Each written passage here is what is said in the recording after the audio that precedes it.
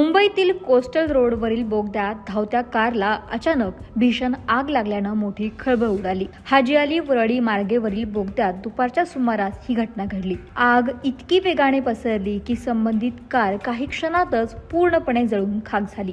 घटनेची माहिती मिळताच अग्निशमन दल घटनास्थळी दाखल झाले असून आग आटोक्यात आणण्यासाठी तातडीने प्रयत्न सुरू करण्यात आले. दरम्यान धावत्या कारनं अचानक पेट घेतल्यानंतर संपूर्ण बोगद्यात दाट काळा धूर पसरला.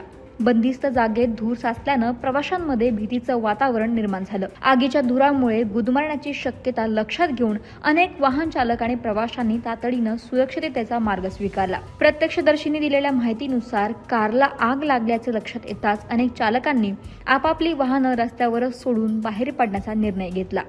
धुराचा प्रादुर्भाव वाढत असल्यानं काही नागरिकांनी जीव वाचवण्यासाठी गाड्यांमधून उतरून बोगद्याच्या बाहेर धाव घेतली. या संपूर्ण प्रकारामुळे बोगद्यात काही काळ भीती आणि घबराटीचं वातावरण निर्माण झालं.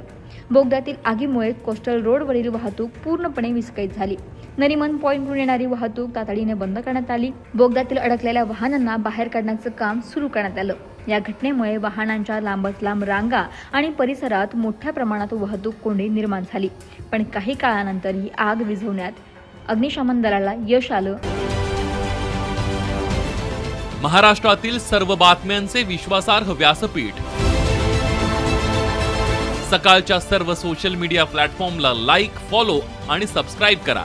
तसंच सर्व नोटिफिकेशनसाठी बेल आयकॉन प्रेस करायला विसरू नका.